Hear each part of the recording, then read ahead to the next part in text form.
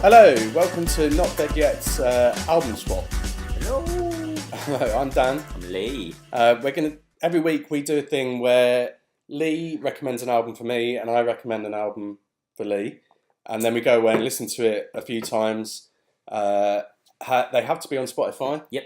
And we have to listen to it. We've said 4 times. Around that. And then we come back and talk about it, and basically we try it, and I think we try and find music that the other person's going to like. Yeah. And then we also try and be a bit mean. If we know that we've spent years trying to get them to listen to something and they've refused to listen to it, then this is our opportunity for victory. Or not, as happened in my first choice. So anyway, last week, Lee, what did you give me? I gave you Brendan Benson, The Alternative to Love. You did give me that, and I gave you Road to Freedom, I believe, by Young Disciples. Yes, you did. So how did you get on? You're right, I did Apparently Nothing. Great song. Yep. Great song. I knew you'd know that one. Yeah, and it's great funky song.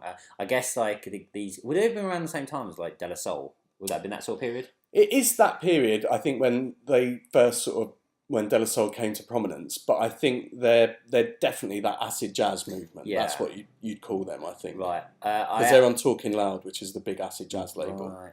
I must confess, I'm glad that I finished listening to it. Oh, really? Yeah, I really liked. Wow. Yeah, I really liked. Apparently Nothing is fantastic. Yeah. And I think the first few tracks I really liked. Yeah. I think it tailed off for me. It kind of felt like a smooth soul. Okay. And that goes against what I was talking about Dusty Springfield, which is soul basically. There were songs that I liked. You know, Apparently Nothing is fantastic. I Get Yourself Together is great. Yeah. I found Freedom Suite I quite liked. Yeah. Is that the 15-minute one? They're long. Is that what it is? They are long, and I just really was bored, basically. And do you know what? There were segments and songs that I really liked. Yeah. There was like kind of like, I don't know if it's Freedom Suite or Step Right On. The vocals came in male vocals, and it's kind of like really cool. Kind of like narrative like vocals. I really like that. Yeah. But I was really bored. I was when I've been putting it on, I enjoyed the first few tracks, but then it's like no. I put it on thinking, let's just get to work and then I can turn it off. Wow. Yeah. I didn't hate it. Yeah, I kind of wondered how you'd feel about it, because I love that album, but I was really into that kind of, my history is that I grew up listening to pop music and hip hop. So I started listening to like proper hip hop really, really young, but I also at the same time, I think I bought like some real sort of breakdance electro, really early hip hop stuff. And then the next week went and bought Madonna's True Blue on vinyl. Right, okay. So I had that running in parallel. So when the acid jazz thing came along, that was perfect for me, because it was kind of like, it was musical, but it was still, because obviously hip hop's so closely rooted in funk and soul, it had all of those things in it. Yeah. So it was like a perfect fit for me. There were times I thought it was really good. I really did enjoy some moments. We'll go back and listen. Apparently Nothing will be a song I will put on a playlist. But that's the breakout track from that album. That's the one that everybody knows. I think there were some good tracks I do enjoy. I think the only way I can kind of get to like this album is if I went back on a song by song basis. Yeah, maybe. Yeah, and then maybe I can kind of grow to that. I struggle with really long tracks then. But you've always. I mean, that's always been a thing for you. Yeah, I like short, punchy stuff. Would be more my. You've got a lot better at that though, I think. Oh yeah, of course. Because I remember when we first met. I mean, if it was over like 2.5 minutes, you were like, bleh. I wasn't that bad. It was over 4 minutes. Which is strange, considering that your sort of formative musical experiences in proper music is Metallica, and they're not. A lot of their tracks, like particularly Master of Puppets, there's a lot of like 8-minute tracks on there. I think the thing was with it, I think with this, say Metallica, something like a perfect example where Metallica's like kind of like it's quite fast and punchy and there's stuff happening, whereas it's just like nice and chilled. Yeah, that is definitely that. I struggled with it. I'm glad I've not got to listen to it anymore. Yeah, but I will go back to some tracks. I think I'll add a couple, just a random playlist. Right. Okay. I think I'll get into it then. But I'm so glad it's. And Colleen Anderson is James Brown's goddaughter. Oh really? Yeah, the vocalist in Young Disciples. She's got a cracking voice. Amazing voice. It's good and accomplished, and I appreciate it. I just it's don't know not if it's not for me. Yeah, it's not for me. Okay.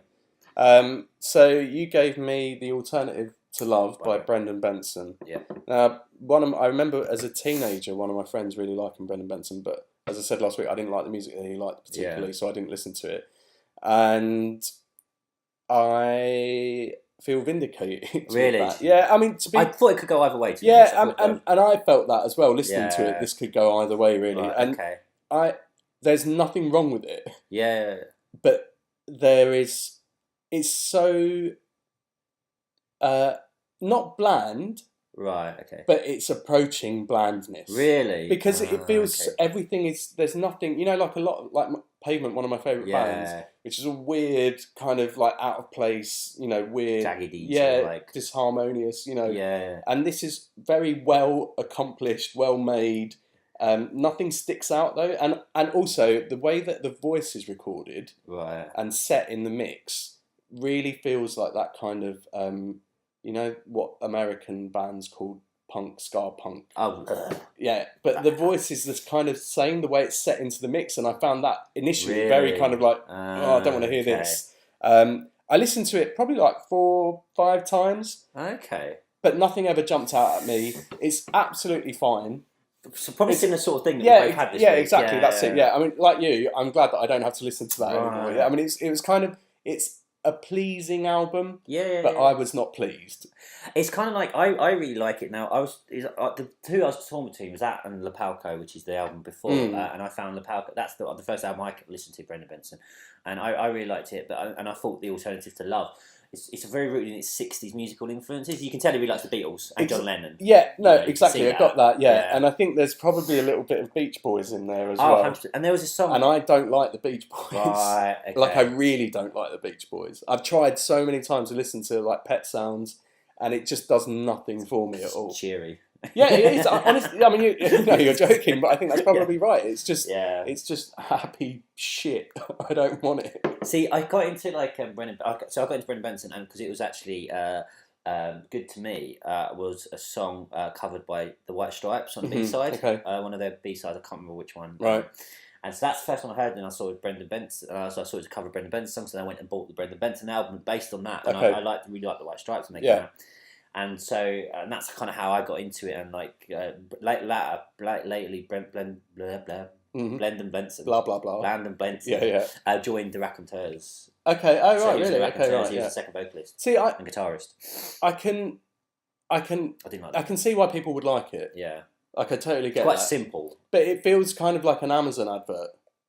Like he would live on that. Right. Okay. It's very commercial, very middle of the road. Yeah, and in my head, although I've not listened to too much of them, it makes me think of like Ben Folds 5. See, I quite like Ben Folds 5. Yeah, I'm not overly keen on them. Yeah, that'd be sort of territory. And it feels like something that would be in a Joseph Gordon-Levitt film. Who's that? I don't know. But he's an actor that I don't like, and the only film I've ever walked out of a cinema from was one of his films. So what film's that? 500 Days of Summer, which is an appalling film. I can see what you mean about it being on that sort of soundtrack. Yeah. Do you know what I mean? It's kind of like, it's a little bit... it just made the bile rise in me. I mean, which is already close to the surface most of the time.